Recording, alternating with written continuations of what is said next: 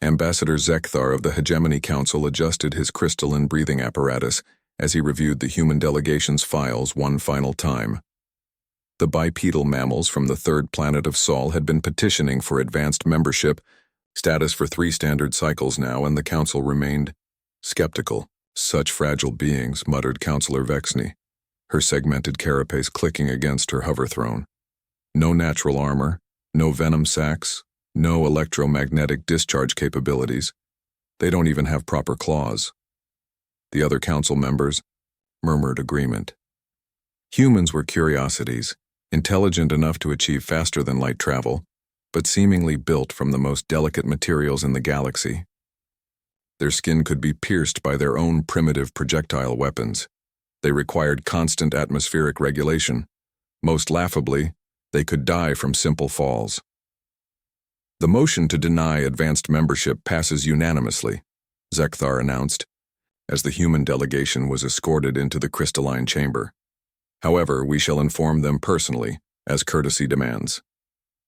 The human ambassador, a middle-aged female named Sarah Chen, stepped forward with her small entourage. Behind her stood what appeared to be her military advisor, a large male with graying hair and numerous scars marking his exposed flesh. The humans' casual display of their wounds never ceased to amaze the council. Most species would consider such vulnerability shameful. Honored Council, Ambassador Chen began, her translator rendering her words into the harmonic frequencies of galactic standard. We come seeking partnership, not charity. Humanity has much to offer the greater galactic community. Zekthar's vocal sacs inflated diplomatically. Ambassador Chen, while we appreciate your species' enthusiasm, the Council has determined that humans lack the necessary durability for advanced membership. The galaxy is a dangerous place. Your people, while clever, are simply too fragile to be reliable partners in serious endeavors. The military advisor, Colonel Marcus Torres, according to the files, stepped forward slightly. His eyes, Zekthar noted, held an unusual quality. Where most prey species showed fear or submission, when faced with the Council's imposing forms, this human's gaze was calculating. Too fragile? Colonel Torres asked quietly. With respect, Counselor, I don't think you understand what fragile means to a human. Before anyone could respond, proximity alarms began shrieking throughout the station. The chamber's transparent, aluminum walls suddenly showed the massive bulk of a Devac supremacy dreadnought dropping out of hyperspace, its weapons already charging. Impossible, Vexney screeched. This system is protected by our most advanced defense grid. The Devac were the galaxy's apex predators, 3-meter-tall monstrosities with titanium carbide exoskeletons and integrated plasma weaponry. Their ships were living fortresses, grown rather than built, with hulls that could withstand direct hits from antimatter torpedoes.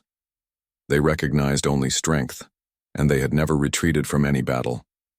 Defense platforms are not responding, reported a technician, his bioluminescent patches flashing panic yellow. The Devac ship is jamming all our systems. Through the walls, they watched as the dreadnought's boarding tubes extended toward the station like grasping tentacles. The Hegemony's finest warriors, genetically enhanced Crick soldiers with molecular edge claws and Than heavy assault troops with built-in artillery, scrambled to defensive positions. The humans should be evacuated to the secure bunkers, Zekthar commanded. They cannot possibly... Colonel Torres was already moving. Instead of fleeing toward the evacuation routes, he sprinted toward the nearest access panel. His movements were fluid, purposeful, and unnaturally fast for such a seemingly clumsy species. Colonel, what are you doing? Ambassador Chen called after him. My job, he replied simply, his fingers dancing over the control interface with impossible precision. Counselors, you want to see what human fragility really looks like? The access panel dissolved under his touch, not from any technological tool, but from some kind of acid secreted by his fingertips. Zekthar realized with growing horror that the scars covering the human weren't marks of weakness, but badges of experience. Torres ripped away sections of the wall's inner paneling, with his bare hands revealing the station's primary power conduits. Electricity arced around him, enough voltage to kill any council member instantly, but the human barely flinched as the energy coursed through his body. "You see?" Torres continued conversationally as he began rerouting power with techniques that shouldn't have been possible without proper tools. "Humans aren't fragile because we break easily. We're fragile because we keep functioning long after we should have died." The first Divac warriors had breached the outer hull. Their footsteps shook the entire section as they advanced, plasma cannons seeking targets. They moved with the confidence of apex predators who had never met their match. Colonel Torres stepped into the corridor to meet them. The lead Divac warrior stood nearly twice the human's height, its exoskeleton gleaming with weapon ports and sensor arrays. It raised its primary plasma cannon, preparing to vaporize the small organic obstacle. Torres ducked under the shot and drove his fist directly into the creature's chest. The impact wasn't just flesh against chitin. It was something far more devastating. The human's knuckles struck with the force of a kinetic penetrator, his bones and muscles somehow channeling momentum in ways that defied conventional physics. The Divac's supposedly impenetrable armor cratered inward, then shattered completely. But Torres wasn't finished. As the first warrior collapsed, he grabbed its plasma cannon and swung it like a club into the second Divac's head. The weapon, designed to be wielded by creatures 3 times his mass, moved in his hands as though it weighed nothing. More Divac poured into the corridor, their collective roar shaking dust from the ceiling. Torres met them head-on, and Zekthar watched in disbelieving silence as the human carved through their ranks like a force of nature.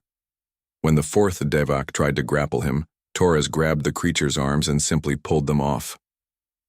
When the 5th attempted to retreat, the human hurled a piece of debris with such velocity that it punched completely through the warrior's torso and continued into the wall behind it. By the time reinforcements arrived, Colonel Torres stood alone, in a corridor filled with the remains of what had been the galaxy's most feared warriors.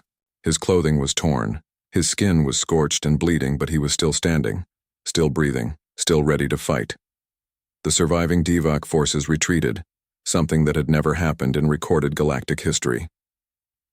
Ambassador Chen found Torres in the medical bay afterward, calmly allowing the station's automated systems to treat his injuries.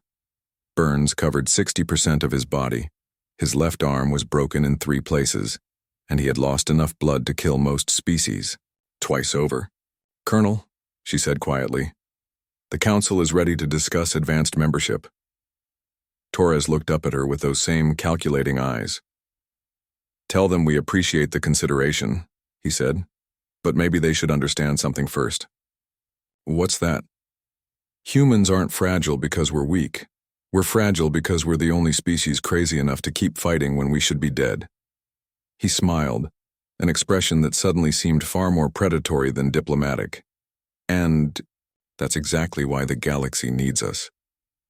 3 days later, the Hegemony Council voted unanimously to grant humanity not just advanced membership, but a permanent seat on the High Command. Some barriers, they learned, were meant to be broken, especially when humans were doing the breaking.